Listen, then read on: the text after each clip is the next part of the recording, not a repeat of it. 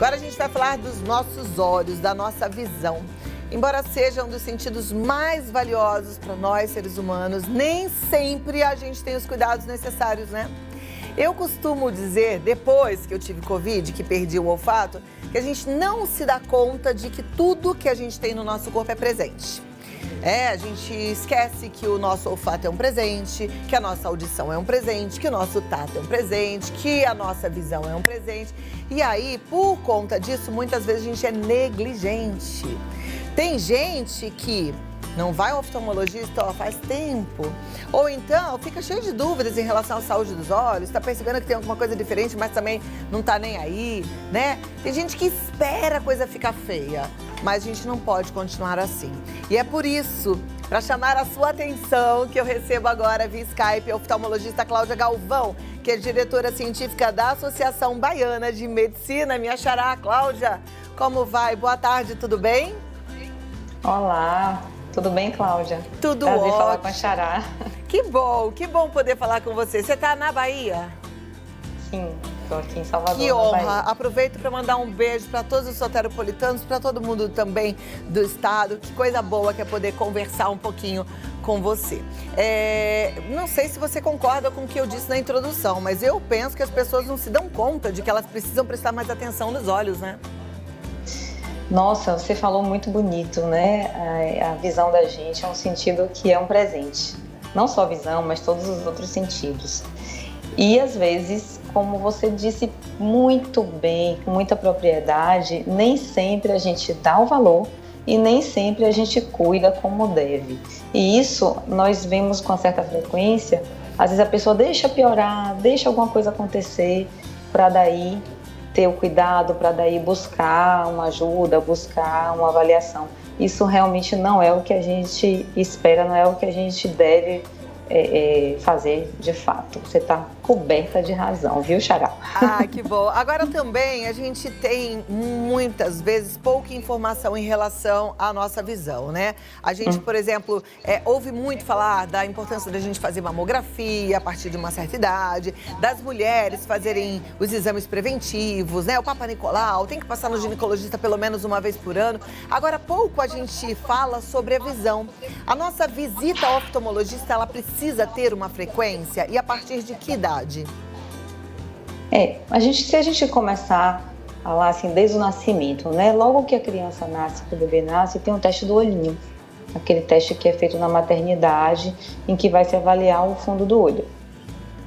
Depois disso, a criança os pais têm que ficar atentos a se tem algum sintoma, se a criança apresenta alguma alteração visual, de desvio no olhar, a idade escolar, a professora é um grande sinal de alerta dessa criança na idade escolar, se ela aproxima muito objetos, se ela tem algum comportamento diferente, né? Então tem a idade escolar e depois tem a adolescência, a manifestação de coceira nos olhos, tudo isso a gente tem que ficar alerta. E nesse período, obviamente que a criança precisa passar pela avaliação com o oftalmologista. A cada ano, a cada 2 anos, sim. Aí vai depender de se vai ter algum sintoma ou não.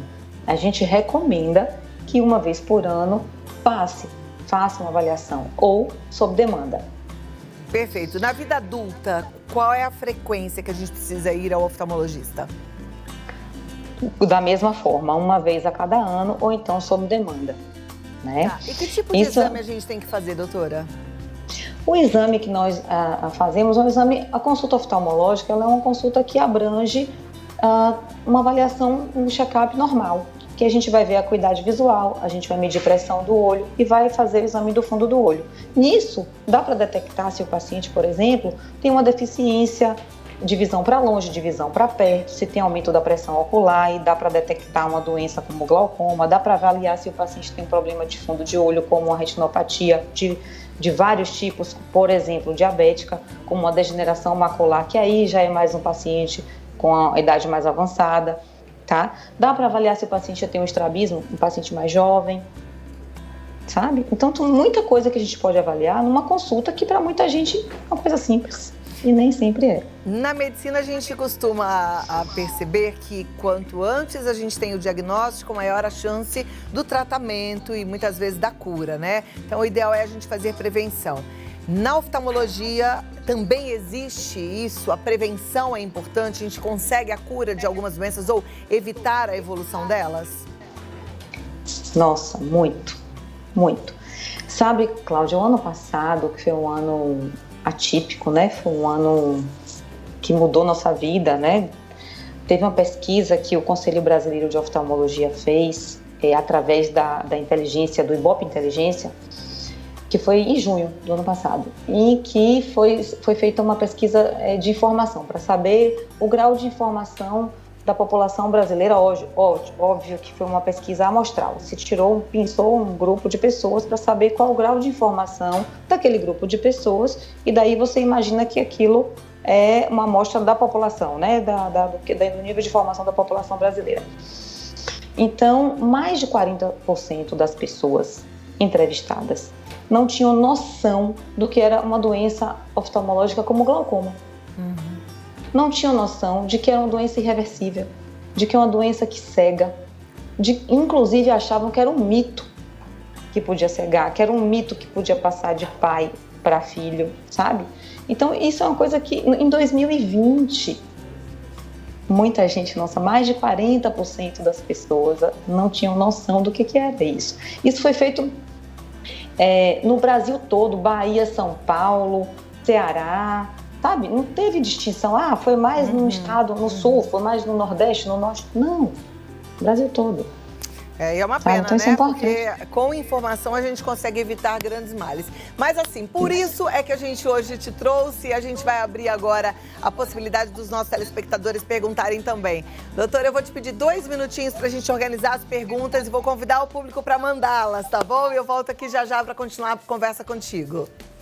A gente vai fazer o seguinte, você vai enviar a sua pergunta para o 11 9 50 45 18 40 e a doutora Cláudia, lá da Bahia, vai responder, tirar a sua dúvida sobre a saúde dos seus olhos. Não perca, eu volto já para esse bate-papo que está tão importante. Seguinte, a gente continua com a doutora Cláudia Galvão e com as dúvidas que já chegaram. A gente já tem perguntas aqui, doutora, eu vou colocar já a primeira na tela.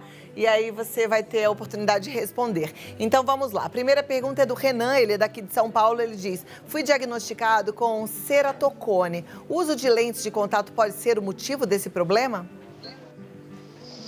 Oi, Renan. Tá me ouvindo, Cláudia? Eu tô te ouvindo bem. Queria também que você explicasse para quem não sabe o que é ceratocone. Joia. O ceratocone é uma doença que acontece na córnea. Córnea é a parte transparente da frente do olho, tá?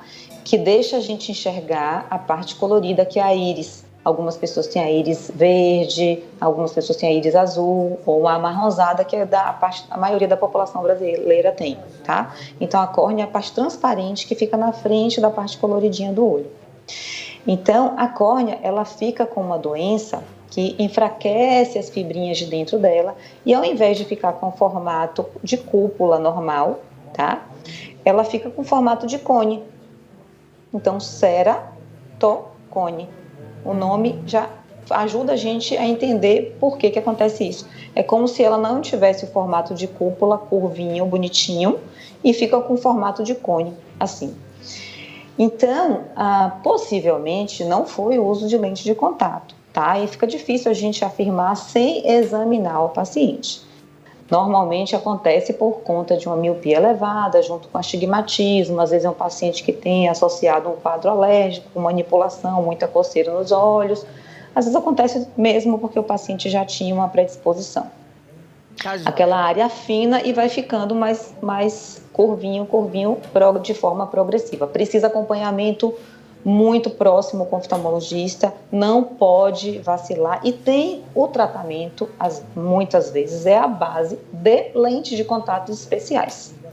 Olha aí, boa notícia, né? Se tem tratamento, a gente fica mais tranquilo. Vamos para a próxima pergunta, então, já está na tela, é do Irineu, ele é de Itaquaquecetuba. Fiz um implante de lente por conta da catarata, mas minha visão está embaçando. Pode ter sido algum problema na cirurgia? Oi, seu Irineu. Às vezes a gente implanta a lente da catarata numa membranazinha chamada cápsula. E essa cápsula, com o passar do tempo, não a lente, a cápsula, ela pode ficar um pouquinho opacificada, um pouquinho fosca. É muito comum as pessoas falarem assim, a lente embaçou, a lente sujou, eu vou limpar com laser. Isso é muito comum, é uma forma leiga de falar. E isso é possível de se fazer esse polimento dessa membrana, dessa cápsula com laser. Então volta no seu médico assistente, o médico no seu oftalmologista de confiança, para ele avaliar, porque às vezes não é problema nenhum. É só uma evolução mesmo, um envelhecimento dessa membrana que pode ser limpa com laser. Tá joia. A próxima pergunta é da Emília Fernandes, ela é do Paraná. Comprar óculos de grau sem fazer exame pode danificar a visão? Pode. Pode, sabe? O ideal é que você faça uma avaliação para saber qual o grau dos seus olhos, até porque nós temos dois. Eles são vizinhos, mas nem sempre eles são iguais. Tá joia. É bom, a gente não tem que fazer nada por conta própria, né, minha gente? Vamos fazer as coisas direitinho. Próxima pergunta lá na tela. Marilene, de Belo Horizonte. Quem tem glaucoma é obrigado a fazer o teste hídrico? Não é obrigado. Isso vai depender do seu médico assistente. Se ele julgar que precisa fazer o teste hídrico, sim. Se ele julgar que não precisa fazer o teste hídrico, não. Até porque tem paciente que não pode fazer um teste com sobrecarga hídrica por conta de alguma questão renal, enfim. Isso, ou cardíaca, de insuficiência cardíaca, isso vai depender de cada paciente. O médico assistente que deve julgar. Tá joia. Doutora, eu vou fazer uma pergunta cabulosa aqui, hein? Uma Opa! Pergunta saia justa. Mas eu sei que vai lá. ser útil para todo mundo, porque todo mundo tem essa dúvida. Tudo bem usar óculos escuros do camelô ou aquele que aqueles rapazes vendem na praia? Cláudia, olha, eu vou te responder bem pessoalmente. Eu não uso. Ok. Porque eu não tenho como comprovar que aquele óculos tem a proteção contra a radiação UV. Uhum. Se eu tiver como provar que tem a proteção contra a radiação UV, ok, eu uso. Tá. Então, Se eu tiver como provar, é que ele tem essa proteção UV. É isso? Isso. Se tiver proteção contra a radiação UV, joia. E não tiver grau. Às vezes as lentes, a forma de produção vem com grau. A gente sente um desconforto, né? Já aconteceu até isso comigo. Você coloca e dá tontura, dá desconforto, né? Possivelmente porque tem algum tipo de grau ali na hora da produção da manufatura da lente. Tá. Então, não tendo grau inadequado para o seu olho e tendo a proteção contra a radiação, tá tudo bem. A questão é como que você vai testar isso. Exato, é uma questão delicada, mas muito obrigada. Eu precisava perguntar porque essa é a pergunta que muita gente manda aqui para nossa produção. E eu te agradeço por estar aqui com a gente, nos ajudar a entender melhor a importância da nossa saúde ocular, tá bom? Vou passar seus contatos aqui, doutor, e até a próxima. Tá bom, eu que agradeço. Eu gostaria de parabenizar a você e a produção por trazer essas questões de esclarecimento para a população. Acho que essas são proposições positivas, trazer esse tipo de esclarecimento. Isso sim é uma forma de cuidar da comunidade. Isso são atitudes louváveis. Assim se traz saúde para a população. Eu gostaria de parabenizar vocês. Muito obrigada, fico muito grata. E olha, eu quero que vocês sigam lá a doutora Cláudia Galvão, ela está no AB Medicina, AB Medicina, tudo juntinho no Instagram. E aí lá você tem todos os contatos para conversar com ela, para marcar um bate-papo, enfim, para continuar se cuidando. Obrigada, doutora, e até a próxima. Tchau, uma ótima semana.